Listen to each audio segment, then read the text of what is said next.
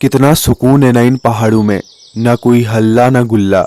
सुबह उठते ही सामने ये नज़ारे और पूरा शांत माहौल।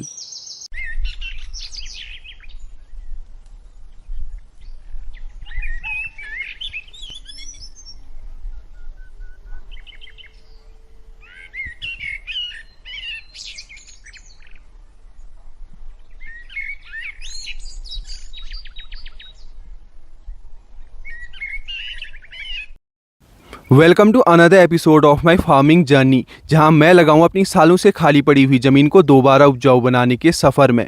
तो जैसा आप लोगों को पता है, मैंने हाल ही में अपने गांव में वापस आकर खेती शुरू की है।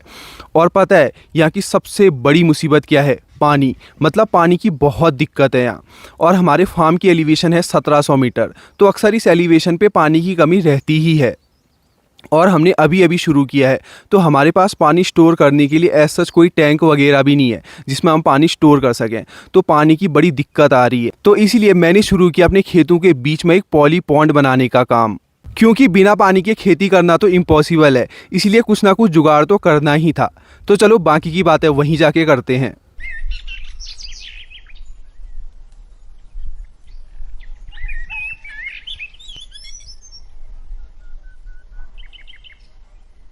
तो ये रही वो जगह जहाँ मैं बनाने जा रहा हूँ अपना पॉली पॉन्ड। और इसी जगह को सिलेक्ट करने का रीज़न ये है, देखो ये जगह सारे खेतों के बीच में है, तो यहाँ से सारे खेत इजीली कवर हो जाएंगे। और यहाँ पे बनाना थोड़ा आसान भी है, क्योंकि देखो ये जगह पहले से थोड़ी बहुत खुदी हुई है, तो यहाँ पे बनाना थोड़ा आसान होगा। एक और रीज़न है इसी जगह को सिलेक्ट करने का, क्योंकि देखो ऊपर से पूरी ढलान है, तो जब भी बारिश होगी तो पानी खुद ही यहाँ नीचे आ जाएगा। कोई और एक्स्ट्रा एफर्ट डालने की ज़रूरत नहीं पड़ेगी पानी को यहाँ लाने में। तो इसीलिए जगह मैंने सिलेक्ट की। तो चलो फिर लग जाते हैं अब काम पर।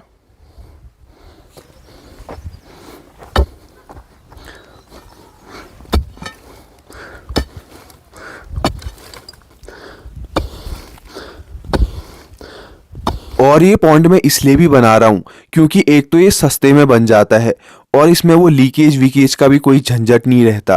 और अगर मैं इसकी जगह कंक्रीट या आरसीसी का टैंक बनवाता तो हमारे वहाँ के मिस्त्री इतने अच्छे तो है नहीं, और अगर उतना सारा पैसा लगाने के बाद उस टैंक में लीकेज हो जाता तो फिर उस टाइम ऐसा लगता है अपना सर फोड़ूं या इस मिस्त्री का सर फोड़ूं, यही फीलिंग आती है उस टाइम। तो इससे अच्छा तो ये पॉली पॉन्ड ही है, कोई झंझट नहीं।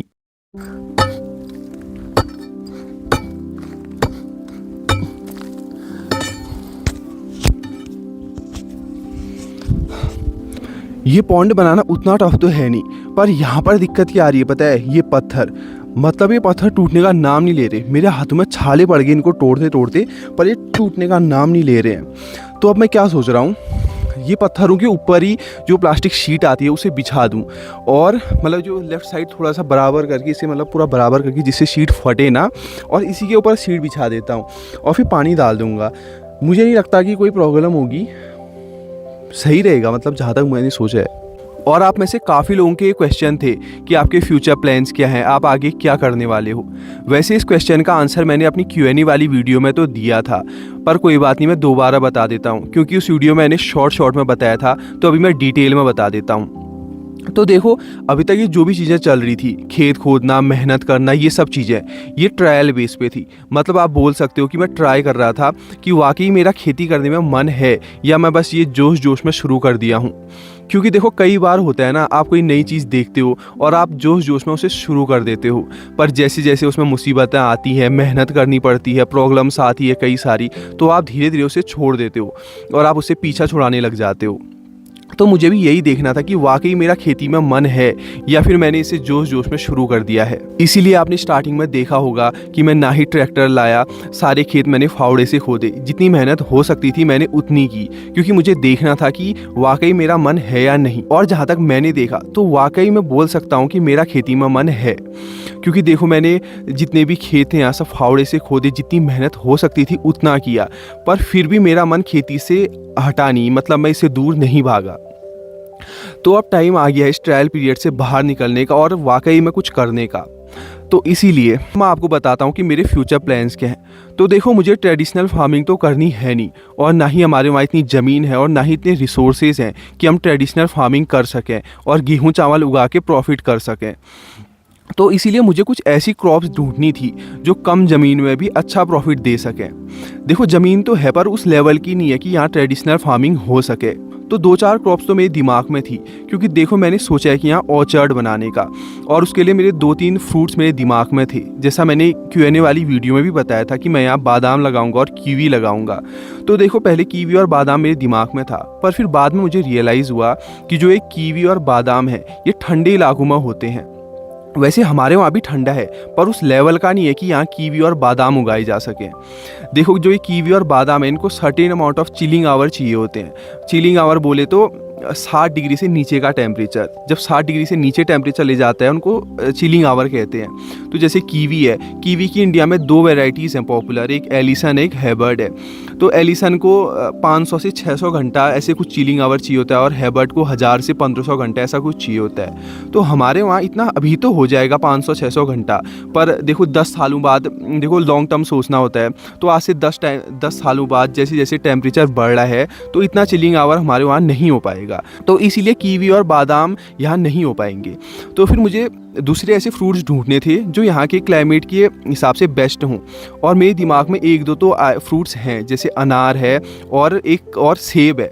अब आप बोलोगे सेब भी तो ठंडे इलाकों में होता है। तो देखो सेब की कुछ ऐसी वैरायटीज़ हैं जो गर्म इलाकों में भी होने लग गई हैं, और वो अच्छा रिजल्ट दे रही हैं गर्म इलाकों में। और जो हमारा इलाका है, मतलब जहाँ हमारा घर है, उसके 300 किलोमीटर या 300-350 किलोमीटर के रेडियस में जो सेब बिकता है वो सबसे लो क्वालिटी का होता है। मतलब वो हल्का पीला पीला और छोटे साइज़ का ऐसा सेब बिकता है यहाँ, और जो महंगा वाला सेब होता है वो यहाँ नहीं बिकता है। तो इसीलिए जो गर्म इलाकों वाला सेब है वो यहाँ आराम से हो जाएगा और अच्छे उस क्वालिटी का हो जाएगा जो यहाँ बिकता है। तो इसीलिए मैंने सोचा है कि यहाँ अनार और सेब लगाने का, और ये यहाँ बहुत अच्छे हो सकते हैं। और देखो जो एक गर्म इलाकों का सेब है ये 50 डिग्री सेल्सियस तक आराम से हो जा रहा है, इसको कोई दिक्कत नहीं है 50 डिग्री सेल्सियस तक होने में। तो 45 ऐसा कुछ है, तो तब तक ये आराम से हो जा रहे इतनी डिग्री में। तो मैंने सोचा है कि यहाँ सेब और अनार लगाने का। तो अब देखते हैं फ्यूचर में क्या होता है। और जैसा मैंने Q&A वाली वीडियो में बोला था कि डेयरी का, तो देखो डेयरी का भी काम चल रहा है, और जल्दी हम अपनी डेयरी भी खोलने वाले हैं। तो देखो 2-3 अर्निंग सोर्स हो जाएंगे फिर। तो यही अभी फ्यूचर प्लान्स, फिर देखते हैं बाद में और क्या क्या होता है।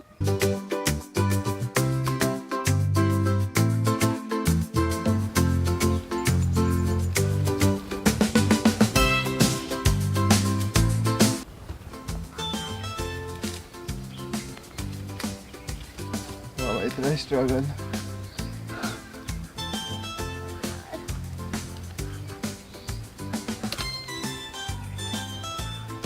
ले